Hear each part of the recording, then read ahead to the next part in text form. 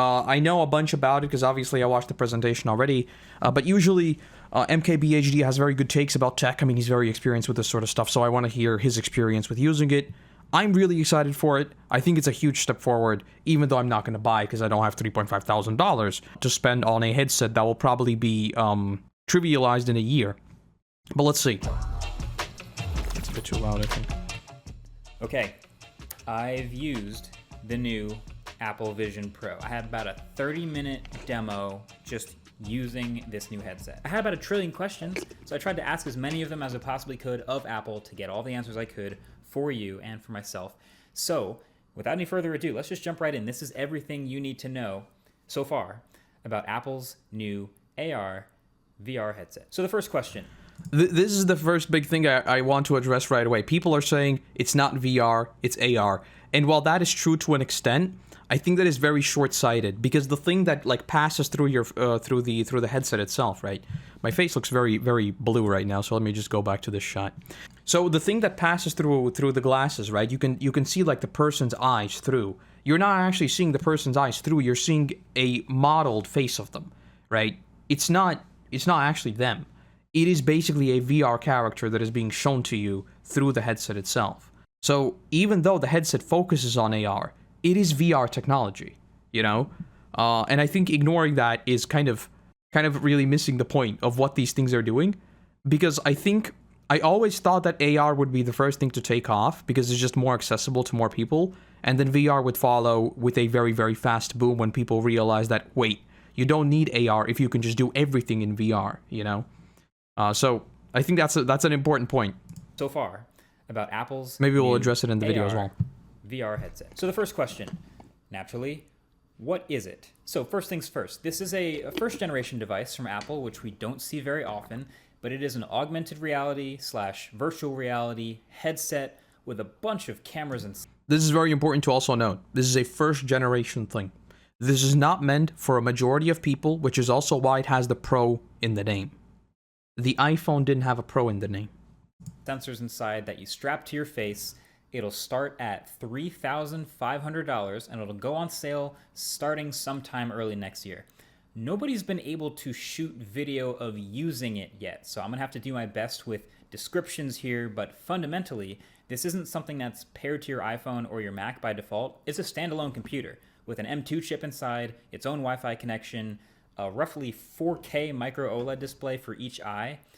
The resolution on this thing is insane. Set of speakers. Like, I mean, for the price, obviously, but compared to everything else on the market, this is insane. Right above each ear on the band, and then a dedicated new R1 chip, which is doing all of the real-time processing from all the sensors that make this headset pretty special, but we'll get to that in a second. So all right then, how does it work? Well, basically, we've seen VR headsets and AR headsets before. It's typically there's screens on the inside, and then on the outside there's some sort of shell which has some sensors on the outside that help detect what is in your room around you and help to see the controllers in your hands. But with this one, there are no controllers at all. They're not making any for it. There aren't going to be an optional accessory. They're not even going to design any controllers. You are controlling this thing entirely with your hands and your eyes and your voice. So You know why? Because they're prepping for it to ultimately replace your iPhone. That is exactly what I think it is doing. Just like earphones replaced speakers largely, I think this is what they aim to replace the iPhone with. Because it can literally do everything your phone can do, but on your face. So eventually when this thing becomes very small and you can use it freely, that is why they do not want you to get used to using a controller, because you won't use a controller in a few generations. That's what I think all of this ultimately comes down to. Training you to use your hands already, which is, by the way, a thing with the Quest as well, with finger tracking. That's what I think this is. Put this headset on, and basically all over the headset there are an absolute ton of sensors. You have 2 main forward-facing cameras, 2 downward-facing cameras, 2 more cameras for the sides, 2 infrared illuminators, a LiDAR scanner, a true depth camera. These are all to keep track of what's happening around the headset and also to track your hands in front of your face. And then on the inside, there's also a bunch of infrared illuminators and infrared cameras that are purely there, just there, to track your eyes. So there's actually a setup. This is a huge thing. eye tracking will be huge. I assume he'll talk about Before it. you even get the headset, you basically measure, you sort of scan your face with the true depth camera on the iPhone, and it uses that depth information about your face to give you a sort of a custom cutout. This will be a process that you can do in Apple stores. But basically, you get the headset with the custom cutout for your face. If you have glasses, there are some Zeiss lenses, but you finally get the headset out and you put it on, and there's some nice meshing on the back, some fabric that stretches and is pretty breathable. It's built extremely well with all this metal and glass. And then once Yeah, the only thing I fear with like it being metal and glass, it should probably be pretty heavy, right? to get it going, the most impressive thing about this headset, the most impressive thing, is the eye tracking. I'm not even kidding. This eye tracking is sick. So basically, the eye tracking in this headset, as it looks at your eyes and keeps track of where your eyes move around, is the closest thing that I've experienced to like magic. Like I normally don't call tech things sort of magical or surreal like this, but this That's my favorite thing. I really like the saying where like people say that like once tech is advanced enough, you would just call it magic because you literally fundamentally don't understand it. I do think that to an extent, AR and VR will be that for a lot of people. Putting on a headset and literally like getting a IRL HUD of all of your status things, I think that will be mind-boggling for a lot of people. Just like you see people react really, really weirdly to putting a VR headset for the first time. I think these things with like complete pass-through will be... I mean, yeah, I get excited about this stuff, but I do think it will be massive. was And also eye tracking. That is so important for like usability. You don't have to fidget around with your hands everywhere, which again, training people to get used to using their eyes when using the actual glasses, right? If you can just select things with your eyes, oh my god. even for a pre-release product, kind of unbelievable how well it does. Anytime you move your eyes around the UI, it would immediately highlight and select exactly what you're looking at, no matter how small the target. Think of this in terms of productivity. It's no longer like, oh, I need to find it, then I need to flick around my hand, I need to then aim at the thing. No, you find it, your eyes are there, you just click it instantly. It's so good. Was or what you're looking at. And then when you want to select something, all you do is take your fingers like this and just touch them together. That's how you click. So you look at something, click.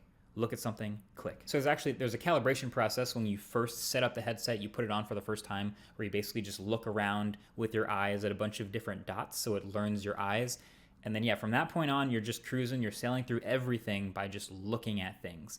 And it feels like telepathic. You just look at something and select it, and that's it. So this is how the whole UI works. Pretty much every other headset has the ability to use your hands to select things, but most of them rely on the sensors on the outside to keep track of a set of controllers. This is like, I know this is getting like mega far ahead, right? But this is what I'm saying, like, if you train things to use your eyes, and then you get used to this, and then eventually we get it small enough to use on like a commercial scale, just thinking about the sheer number of possibilities of like walking up to a bus stop, you'll look at a QR code, it immediately brings up a thing, you can look at the time, you can look at when it's going to arrive, you can look around, you can see exactly what time it is. Like, in terms of just practical benefits from something like this, it is insane. For maximum accuracy. But this massive array of sensors on the Very expensive right now, though. outside of Apple's headset have done an impressively good job of picking up what my hand is doing, kind of no matter where. Yeah, so this eye thing, these are not your eyes. Like, the headset is not transparent. This is a 3D render of you.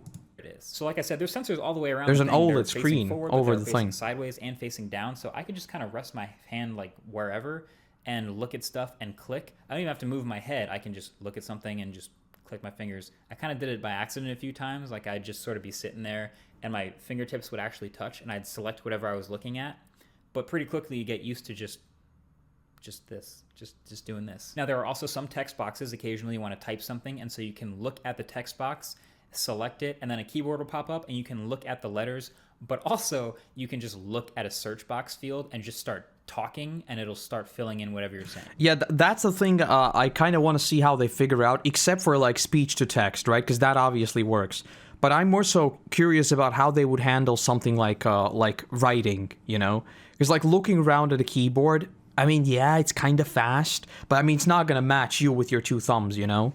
So that's something I want to see them tackle. I know there's been a few like experiments with how to do typing in VR as well. I saw like a thing where they would attach letters to your fingers, and then you would pull your finger and select the letter, sort of like you had those very, very old phones that would go in a circle. Because there's So I don't know, like typing is a huge deal there. on the headset. And there's also something they're calling Optic ID, which is basically kind of just the fingerprint ID of the headset because it's looking at your eyes, and everyone's eyes is a different, unique biometric pattern. And so you log in just by putting the headset on, and it looks like... Okay, am I a weirdo for this? People are saying like, oh, Apple built themselves as a privacy first thing, blah, blah, blah, blah. Now they have 15 always on cameras. They're scanning your eyes, blah, blah, blah. Am I the only one that's just like, it is what it is? I just want a good product. I mean, always on cameras. I mean, you have your cell phone. It has 2 cameras pointing in each direction. I mean, it's like we're long past that stage, I think. So Optic ID, this thing knows your eyes really well. So then you've probably seen all these weird looking frames where you can see people's eyes through it. Like this super weird thing that I've never seen in any other headset. So what is happening here? Well, spoiler alert, it's not actually transparent. It kind of looks like it's a glass transparent thing, but it's not. It appears to be because there's actually an OLED screen facing out. This is what I would call a two-way pass-through. That's what I'm calling it. See, a normal VR headset we've seen is, of course, completely opaque. Usually it's like black plastic or something like that. So in order to see... You know what that is? You know what that is? That is the opening scene of Sword Art Online when Kayaba gives them the mirror and it scans their face. That is literally what it is. I am not joking. That is literally what it is. It scans your face and then it reconstructs it to your actual environment. It's incredible. The headset off, like for picking up your controllers or walking around a room without hitting a wall. They have a pass-through. It's all coming together. Turn on a camera on the outside so you can see what's going on around you. And some pass-through modes are better than others. Some will do it from a single black and white camera. Some will do stereo pass-through from 2 cameras. Some will do color pass-through. The pass-through on Apple's headset is, again, the best I've ever seen in a headset. It's stereo, it's color, it's sharp, it's real-time. It's really good. So then the eyes you see from the outside are actually an OLED display showing what your eyes look like to the cameras inside the headset. So it shows your eyes like this whenever you're using any sort of pass-through mode, and if you can see your environment, it'll show your eyes. So you're not actually like looking at someone's eyes, but it kind of feels like you are. Kind of creepy a little bit. I don't know. It's the simplest way of explaining people said it looks kind of uncanny, and I guess I can see that, but like, I don't know what the big deal is. I really don't know what the big deal is. People were like, "Oh my god, this is like Black Mirror. This is like mega creepy." I'm like, "What? No. It's like literally just a person's face." You know, I mean, they're doing something fully immersive in VR, like watching a movie or playing a game. I do think it's unnecessary, though. I would have never done this, you know? Because I think what they're trying to get across now is the whole... Because right now, when someone's in VR, they are literally just, like, gone, you know? Like, it's just a block on their face and that's it. And I think this is what they're trying to get across, like, the whole that you can use it next to other people. And again, normalizing it in social settings. Even though, again, I mean, using a block on your face in a social setting is also kind of weird. But I can see what they're doing at least, because when it you know becomes smaller and smaller, then I mean game, then it won't show their eyes. It'll show this graphic over their eyes instead. It's a really interesting look. It's a bold look. I just have this like thought of like you're on a. And again, the price, right? This if this was a price cutting thing and they wanted to make it affordable, they literally would not have an additional OLED screen of your eyes. You know, this is not meant to be cheap. This is a Gen 1 thing to showcase the tech. Taps you, hey, do you want any water? And you just look up and your eyes shine through the headset. It's just a weird thing. I don't think it's smart, but I don't think other headsets are going to do it because most of them don't have it in the budget to have a screen facing the outside. Exactly. But then let's get to the burning question. It's not a budget thing. It's literally just them flexing, basically. You've probably already been thinking, what does it actually do? So, okay, I'm separating this into 3 bulk categories that I made up and I'm kind of proud of here, which are computing, content, and connections. Now, actually, I should preface this all by saying this is a first-gen product, so right now the only apps that show up on the home screen are Apple's apps. Just like when the first iPhone came out with no app store, it's just Apple's apps. But the reason this is coming out, or at least getting announced so early, but it's not coming out till next year, is to give this window for developers to start developing their own apps and making cool things for this headset to do that are way more interesting and way more functional, but it does have a core set of functions. So for computing, I think this is the one that's probably the least likely to be used by most normal people, but it is a pretty direct shot at what Meta just did with the Quest Pro, the $1,500 Quest Pro. So you can use this thing as its own computer with web browsing, etc., with these 4K windows in front of you that you can... Eventually, I think this is what all headsets will be. Literally computers on your face. Eventually, I think that's exactly what these will be. Like, not for probably a long time, because they would need to be very small and they would need to have a lot of battery. Eventually, that's exactly what I think they'll be. Move around and do... Just like we're already moving away from monitors with these. Like, if I could have, like, 6 monitors and I wouldn't need to have a single physical monitor on my desk, I would instantly buy it. You know? Not for $3,500, though. Do all kinds of stuff with your And also if their resolution was, like, photorealistic, basically. hands.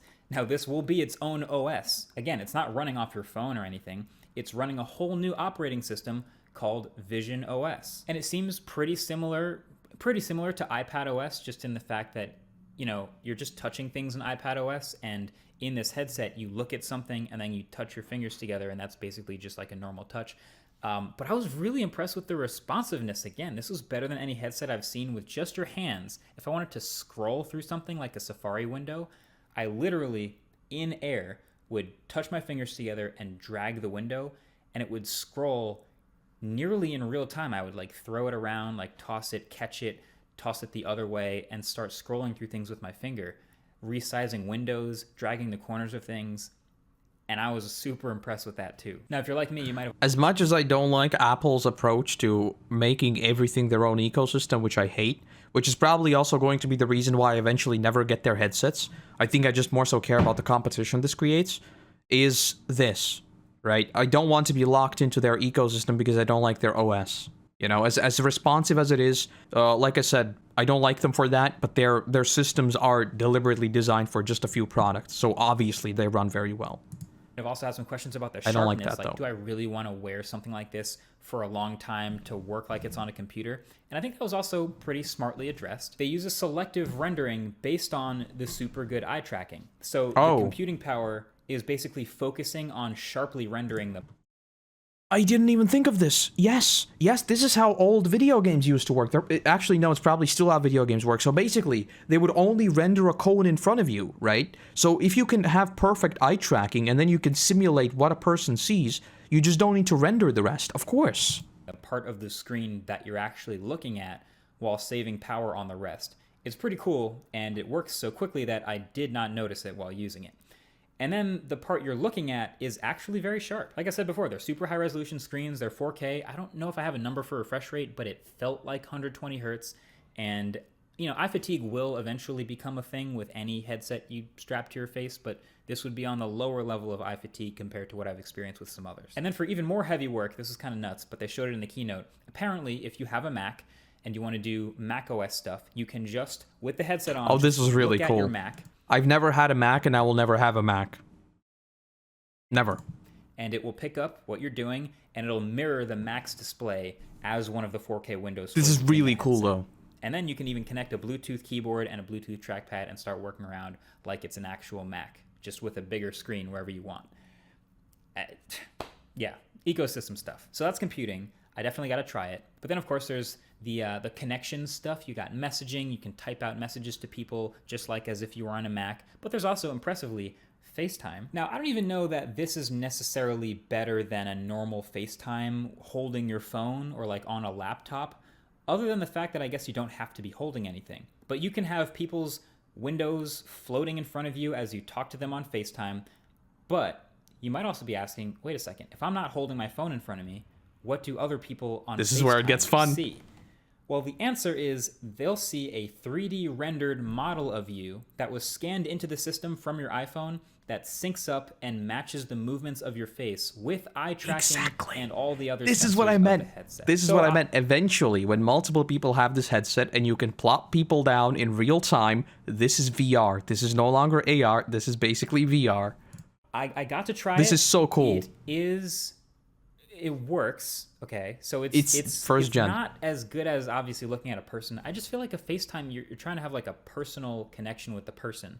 And this is Yes, but again, it's first gen. Eventually, when it gets good, with second gen, we'll have photorealistic scans, and you'll be able to plop people down in real time. It'll be great. Obviously more personal than an avatar or like a cartoon of you, but it feels kind of somewhere in between. It's kind of like a Google Project Starline, which I just did that video about a couple weeks ago. If you haven't already seen that, I'll leave a link with a like button so you can check it out.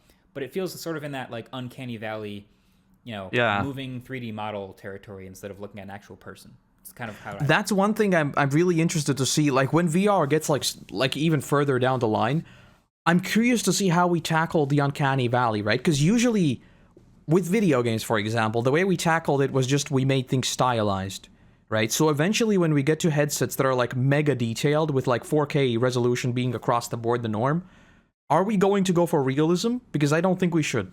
I think we should go for some sort of stylization where people's faces, like, you can recognize them. But I don't think we should aim for realism. picture it. But then last but not least, of course, I find that fascinating. content. People are just going to watch content on this thing. And I think this is the industry, now that Apple's jumping into it, Yes. that is They will poised to explode. they will We've destroy had VR this. games and VR videos for a long time, and Apple is now also able to do this. They, of course, put their own... Wait, hold. I have a TV behind me, right? I have a TV that I need to look at if I want to watch something. Imagine being able to lie on your bed, just looking up and watching a movie in 4K across your entire freaking thing. It will be glorious.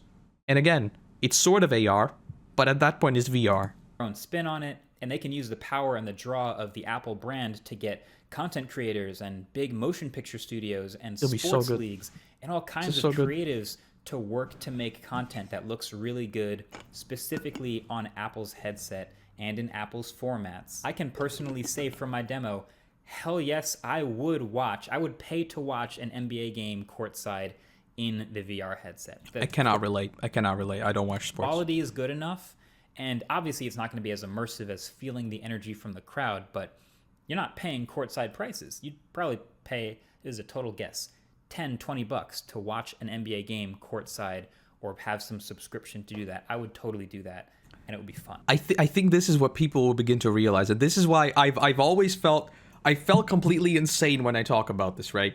Because it's like, what's the point of doing anything anymore? But when we have like mega advanced VR tech, what's the point of a library? If you can visit a virtual reality library, we already have most of books digitized, right? So if you can reliably read it through a VR headset, why would you ever visit a library? Number one. Why would you ever go to a cinema if you can watch things however you want? Number two.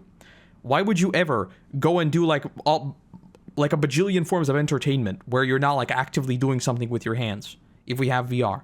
Like even fundamental VR. I'm not talking about like a complete full immersion and all that.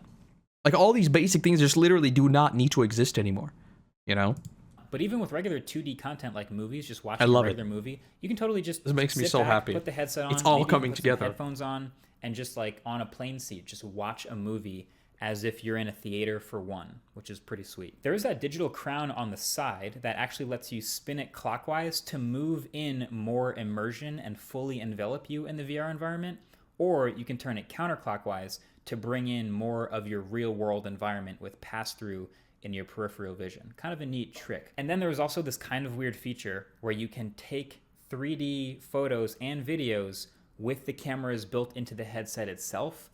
And I did not like this one. So there was a demo of... Okay. This is where I completely go off the rails, right? Because people said this obviously is mega creepy. Like your dad is just sitting with this and filming an event. But again, when this thing becomes small, oh my god! Imagine having it on, and if you could have like 360 cameras and you could actually record in 360 degrees, you could record an entire experience. And like in 10 years, you can literally put yourself in there again. That would be mind-boggling to me. That's no longer looking at a picture, That is literally seeing what you saw. I think that would be incredible. From a headset camera of a kid blowing out some candles on a birthday cake, basically. And I got to watch this actual scene in the actual Apple headset. So because there's two cameras like front facing, they can record stereoscopic 3D. So you can turn on the recording and in that moment sit down and record a super immersive video, and then when you watch it back in the headset, it's like you're reliving this moment in 3D, which can feel kind of cool, but I can't get the image of like the dad at the birthday party with the headset on just recording things, like, walking around. It just doesn't. It's what kind of memory is that for the other people around exactly. you? You know? Like exactly. When it gets small, it'll be great. You'll be able to literally relive all your memories. It's going to be perfect. Right now, it's kind of creepy. All this, and I immediately thought back to the reasons we all know why Google Glass failed, which is it was ahead of its time, but it could be good to record your hiking. That'd be badass. Yes. Also, imagine like videos of you skiing and stuff like that. That'd be cool. It's also like you're walking around with a camera on your face, and everybody knows that you have a camera on your face. It just wasn't cool. Dad, what are you doing? Why are your eyes sticking out through the headset? Why are your eyes glowing through the thing? Dad, are you in there? Question I've gotten after I've actually tried this thing is it any good? Is this headset any good? And the answer is, well, yeah, some of the parts of this headset that I tried are actually the best I have ever seen in any VR headset by a mile, specifically the eye tracking and the hand tracking. Now, of course, it's going to be up to developers to really make it good, but I think the foundational, like, how do you use it part is pretty amazing.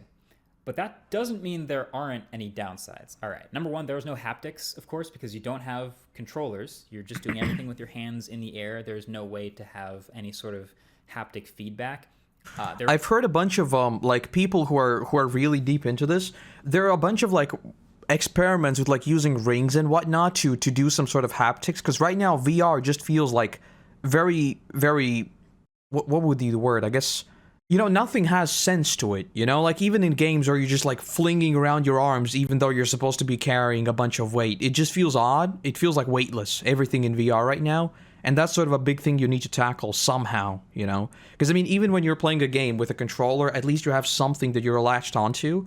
So even a controller in that sense is more immersive. Whereas with VR, I mean, even though you're flinging your hands around and you're sort of in there, it's kind of weird. There was a demo that I did where, like, I stuck my hand out. A wall on the other side of the room opened up, and a dinosaur was back there, and a butterfly flew out. I held out my hand, and the butterfly flew up and landed on my finger. Okay, this is something really weird. I don't know how many of you regularly use a VR headset, but when I started using mine, and I played, I don't remember what we played, but we played something for like 3-4 hours, and then I went downstairs to like do the dishes, and when I was doing my dishes, my hands looked weird.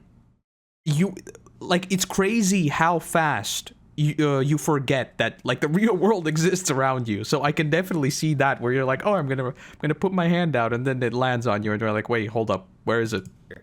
It could track and see all of that information, and the volumetric, all the computation to make that happen was amazing. But when the butterfly landed and I didn't feel anything, don't feel anything. It's weird. Like, oh right, this is a VR headset. But then number two, this was interesting. This is pretty heavy. This is a pretty heavy VR headset. Kind of the same way. I thought so. I mean, it has glass and steel. All headsets are usually plastic. That AirPods Max, the Apple's metal headphones, are heavier than most plastic headphones. There's a reason why most other VR headsets are just plastic. It's not because that's cheap. It's because it's lightweight. It's fatiguing to have a heavy thing on your head. Yeah. And this is a headset made of metal and glass. It's heavy. Now, it is also super well built. Like, there is no arguing that. But I do wonder about using it for longer than the half hour that I did. I wonder if it would be more fatiguing to my head. That's also actually why the battery isn't attached to it. That would be a ton of weight to carry on your head, so they connected the battery instead through a proprietary cable, and that actually can sit next to you on the couch or in your back pocket. And that brings us to the other thing, the battery life. 2 hours. 2-hour battery life. That's really bad. Which is not that great. It's not that long. Now, there's a USB-C port on the battery bank, and you can plug that into the wall for infinite time. But the second you unplug from the wall, 2 hours from that pretty hefty battery bank, which is like, okay, maybe most people won't be spending a lot of time in the headset. But you did also just show us, Apple, an ad of people like watching a movie in the headset. That's already, like, most movies are 2 hours plus. So something worth thinking about. Just a 2 hour, I'm sure people...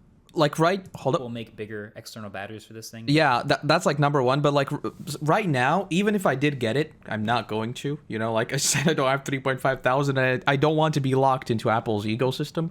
But like purely from a practical perspective, I think what this will be aimed at is education. It'll be aimed at like VFX Studio, so they can render things in 3D in front of them, and some sort of like huge studios where they're trying to just like use screens through the headset or something like that, right? I think that's what it's basically going to be used for right now. I really can't imagine that many consumers using it. And for all of those purposes, you can literally just hook it up to an outlet, right? If you're working at a station, instead of having 6 monitors, you can have 6 virtual monitors, and you just hook yourself up to electricity. It's no big deal. But 2 hours standalone, that's really bad. That's really bad. 2 hours. And then also, I couldn't get a firm answer here on if there are fans inside or not, but I think there's fans. Like, there's certainly vents for fans anyway. And if you're gaming for long enough or using it for long enough, do those spin up? Do they ever get loud? Do they ever kill your battery? That's kind of unclear. But then, of course, the main thing that everybody's talking about, it's expensive. It's $3,500. Actually, $3,499. Actually, imagine using Google Earth at this headset. I did it with an Quest 2, and even then, it is mind-boggling. I'm telling you, this is why I always felt like the crazy one. I was always saying, when we get proper VR, GG. Like, that's it. The world's gonna change forever. I even thought about doing a video on this. Like, when we get proper VR, it's gonna be Armageddon. It'll be glorious. It'll be wild. It'll be great. So is that pricey? Yeah, that's very expensive. But this is the thing that is always weird with Apple products. Like, there is no direct comp. Like, you always say it's expensive, but like, compared to what? And they people immediately compared this to the Quest, but it's literally not meant to be a competitor to the Quest. Like, it's just not. They did this with the Pro Display XDR. They've done this with even AirPods Max a little bit, but like there are several things that this headset does that no other headset does. The eye tracking, the hand tracking, that's super good. Even if an equivalent headset came along today and did all of the same stuff that this does, hardware and software wise, it still wouldn't have FaceTime. It still wouldn't have like looking at a Mac and then the ecosystem allowing the Mac's display to pop up. So this is kind of something that only Apple could pull off. So bottom line, I got to try it. I thought it was extremely impressive, but at the end of the day, this is not a product for the masses. Exactly. I mean, obviously, right? It's $3,500. It has the word Pro in the name too. But this feels like the Series Zero, like the Apple Watch. Remember when the Apple Watch first came out, the Series Zero, where it's really going to be... Exactly. That's why this is so important. People seem to forget that things need iteration. Just like, and this is something that just boggled my mind. Do you remember, like, 6 years ago, people didn't use wireless headphones at all? Like, okay, some used it. Now you get on a bus, every single person around you has AirPods. It's wild how fast that happened. Ditto for Apple Watches. Be up to the first gen, the early adopters, and the developers to decide the direction that this thing goes, to decide what people actually want to use it for. And that'll shape the future versions of it that we may eventually get down the road. Then maybe someday there's like a Vision SE that's like $400 that the masses will all adopt, and it'll be this next generation hit product, maybe. Like I said, I think they're trying to replace the iPhone with glasses. But I think as that's of right the goal. now, this is very much in the sort of early adopter, people like me, people like watching this video testing phase to figure it out. So that's the Apple Vision Pro. It's the rich person's toy and the developer's muse for right now, but we'll see how far this thing goes in the near future. It's coming out next year. It's not that far off. It's not that far away. It's really interesting times. Either way, this was also part of a huge entire WWDC keynote. So if you want to watch my recap of the rest of that stuff, ideally get subscribed because there's going to be a video recap of the biggest announcements, of which there are many other things. And also, I'll shout out the Waveform podcast to get subscribed there too, because the next episode, I'll just say it, it's a banger. It's pretty sick. So hit sub, hit like, hang out in the comments. That's been it for this one. Thanks for watching. Catch you guys in the next one. Peace. All right, as per usual, a great video by MKBHD. A great video. I want to also watch the Linus one, so let me drop this in the chat, and let's also watch the Linus one. And it's all coming together. I really, really liked what the Oculus founder said. Right? Oh my God, this is a very look at this. Look at this. This is a very, very nice shot to open on. The founder of the Oculus company, it's obviously no longer Oculus, right? They're now Meta because they were purchased by Facebook years back. But anyway, the original founder said that, like, he used the headset. It's very, very good. And what they're doing now is they're making a headset everyone wants, and then they'll make it affordable. That is exactly what happened with the iPhone. That is exactly what has happened with most of Apple products. And if there's anybody that can normalize wearing goggles, it's Apple, unfortunately. Unless Valve steps in. And when Valve steps in, everything can change. Hopefully. That's what I'm hoping for. Especially because they're also... If you've heard Gaben talk about BCIs, there's another person who's just as excited about this stuff as I am. My guy's been talking about BCIs for the past decade. BCIs, by the way, are brain-computer interfaces, if you don't know. So that's full-blown SAO, basically.